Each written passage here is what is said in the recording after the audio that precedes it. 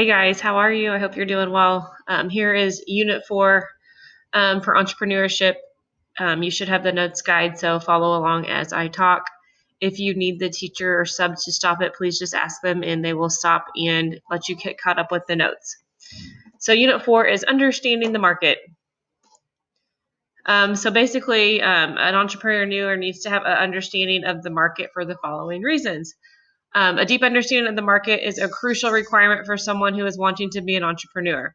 They need to be able to plan, which includes understanding of the market, and that's really required for all entrepreneurs. They need to understand what market they're trying to go into and how they would reach the customers in that market.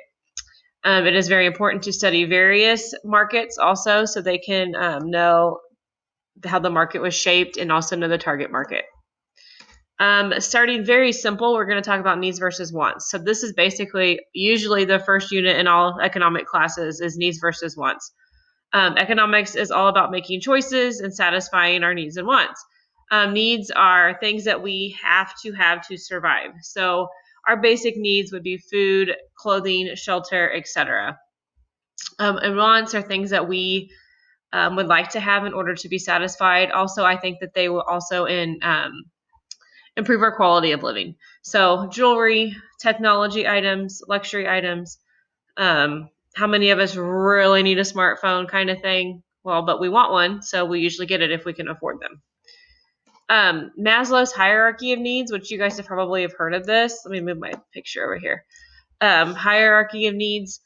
So basically it starts at the bottom. So in order for us to go all the way to the top, we have to start with the bottom with these psychological needs. So in order for us to, realize self-actualization, we have to basically start with, we need to be able to make sure that we can breathe. We need food or we need water, things like that. We have to get the right amount of sleep that we need. So these are things, very, very, very basic needs. We have to have those before we can move up the pyramid. Next is safety. So basically, we need to feel safe. We need to feel safe at home, we need to have a safe place of employment, our health, our property safe.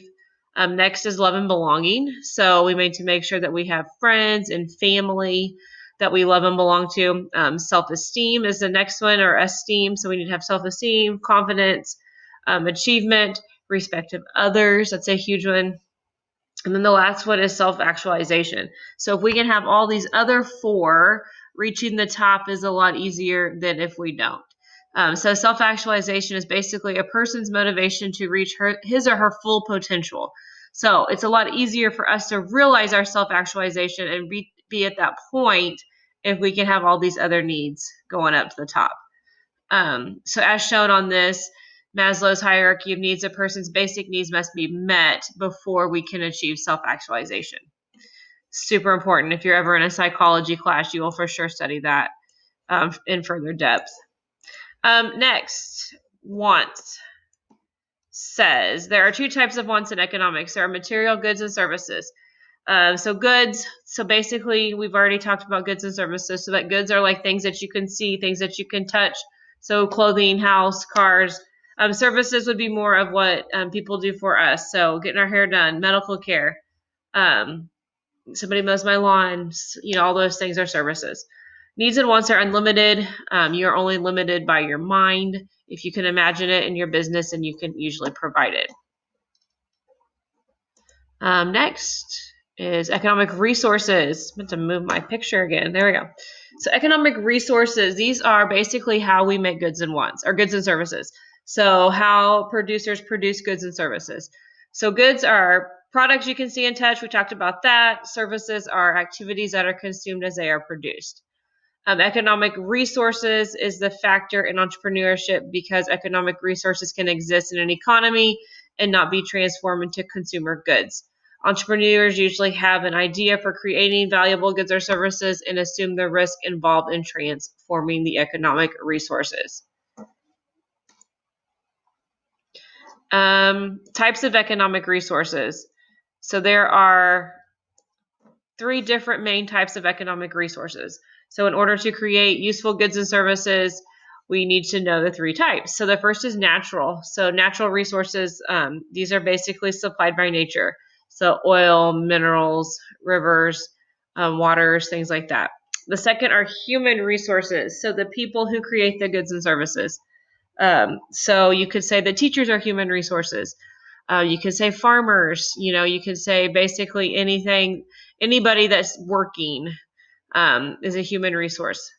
And then the last one is a capital resource. So these are assets used in the productions of goods and services. So any type of asset. So you could say like the buildings and supplies and the equipment, even money. So those would all be capital resources. Roles of entrepreneurs.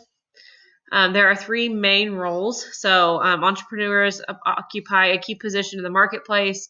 For its entrepreneurs who ignite the economy's engine and activating and stimulating all economic activities. So supply and demand.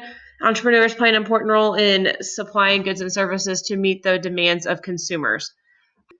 Capital investment and job creation. Entrepreneurs need money to help run their businesses. Sometimes this is with money or investors' money. This may be used to buy a building, equipment, hire employees, etc. Then also gives jobs opportunities maybe to the community, people to get jobs. And then the last one is change agents. Many entrepreneurs create products that change the way people live and conduct business. So some examples down there are Steve Jobs and Bill Gates. Next, economic decisions, how they're made. So different economic systems exist through the world. However, all economies must answer three questions. 1, what goods and services will be produced? 2, how will the goods and services be produced? And 3, for whom will the goods and services be produced? These three questions are going to be answered by the type of economic system that you have. There are 4 types of economic systems. The first is a command system. So basically in a command system, the government determines the 3 questions. The government determines what's going to be made, how it's going to be made, and for whom it's going to be made.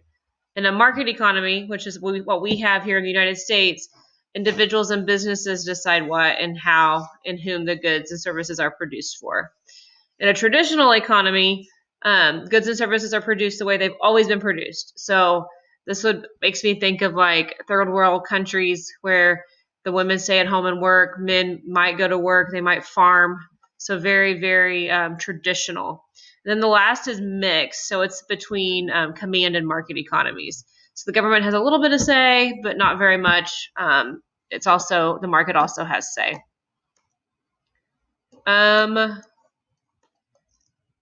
Functions of a business. So basically in a market economy, which is what we have, an entrepreneur is free to produce and offer consumers any legal product or service. So in our economy, you can produce and sell any type of product or service as long as it's legal. Knowledge of business activities will help entrepreneurs satisfy customers and make a profit. So here are some functions that all businesses do in order to make a profit. The first is production. So basically this is creating or obtaining products and services for sale. So we're going to create products, we're going to get products, we're going to produce them, and then we're going to sell them. Marketing, I think we all know what marketing is. So basically we need to attract our customers through marketing.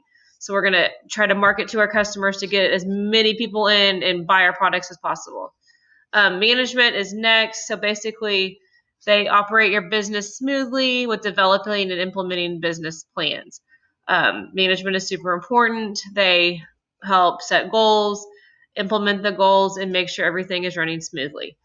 Finance is the last one. So basically the financial part of it, the money part of it, planning and managing financial records and functions of the business.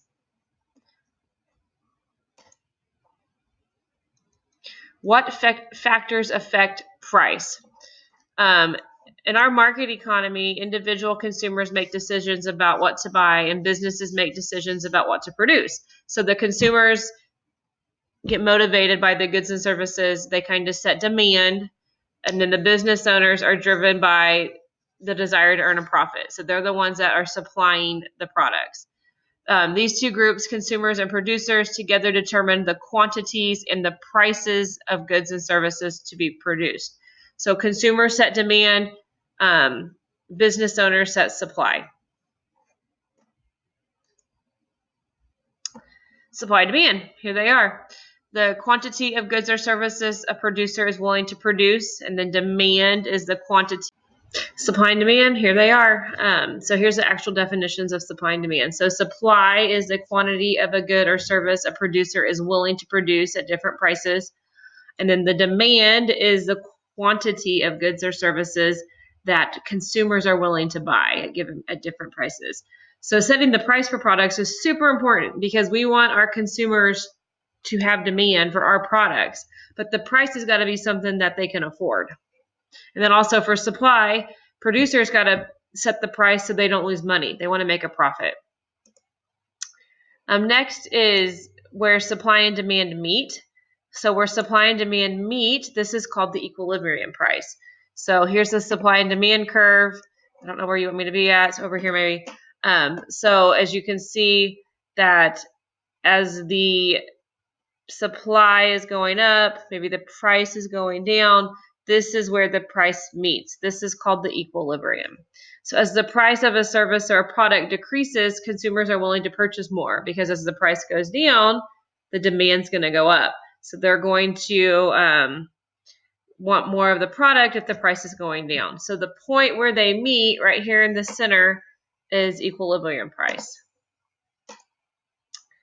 Cost of doing business. Entrepreneurs need to know how much it costs to produce their goods and services.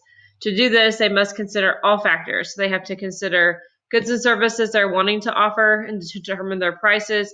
They also have to consider their resources. So all those natural resources, all the labor, all the human resources, all the capital resources. So they have to know all those things in order to figure out how much it's going to cost to do business. Different types of cost. So there are two main types of costs. So they all businesses have fixed and variable costs. Fixed costs are costs that must be paid regularly, regardless. They're paid monthly. They're going to be the same amount each month. So this would be like rent, like if you have cars, like car payments, insurance. So any cost that has to be paid, it is going to be the same each month. A variable cost is a cost that could vary. It could go up, it could go down. This depends on the quantity of goods or services. So if I'm making 500 of a product versus 20 of a product, the variable cost is going to go up and down. Two more slides. Marginal benefit and marginal cost. Entrepreneurs make business decisions based on concepts of marginal benefit and marginal cost. Marginal benefit is the additional satisfaction or utility that a person receives from consuming an additional unit of a good or service. So how does the customer benefit from your good or service? And then marginal cost is the cost added by producing one additional unit of a product or service. So if we want to make more of our good or service, the marginal cost is going to tell us how much in addition we're going to have to pay. And lastly, let me put myself over here, market structure. So there are four major market structures that you can sell your goods in. So this is kind of at the bottom, we show the market structures. Market structure is the interconnected characteristics of a market, such as the number and relative strength of buyers and sellers and the degree of collusion among them. Level and forms of competition, extent of product and how they are different, and ease of entry and to exit from the market. So there are four major market structures. So the first is perfect competition. So that sounds like everybody wants to be in that one. So it consists of a very large number of business producing nearly identical products and has lots of buyers. So perfect competition means that there are lots of businesses, everybody's producing pretty much the same thing, and there's enough people to buy from everybody. So it sounds pretty perfect. Monopolistic competition, has a number of independent businesses that produce goods and services that are somewhat different. So there's going to be a whole bunch of different businesses producing different items. Oligopoly is when a market is dominated by a small number of businesses that gain the majority of total sales revenue. So they're taken over by smaller businesses. And the monopoly is the last one. This is where there's only one provider of products and services. So they take over the whole market. So that would kind of be like if a big store came into Lewisburg. they would probably take over the whole market and a lot of the other companies would go out of business. So those are the 4 types of market structures. And then that is it for today. Your assignment is, the sub's actually going to give you your assignment. I think you guys will enjoy it. I was going to see if I could find it real quick so I could show you what you're doing. You're actually going to get to play a game today. I know, that sounds fun. It's actually on Cool Math Games. I think some of you probably have played those before. And it's a coffee game. So you guys are going to act like you're running your own business. And you're going to get to play this game, coffee stand game here.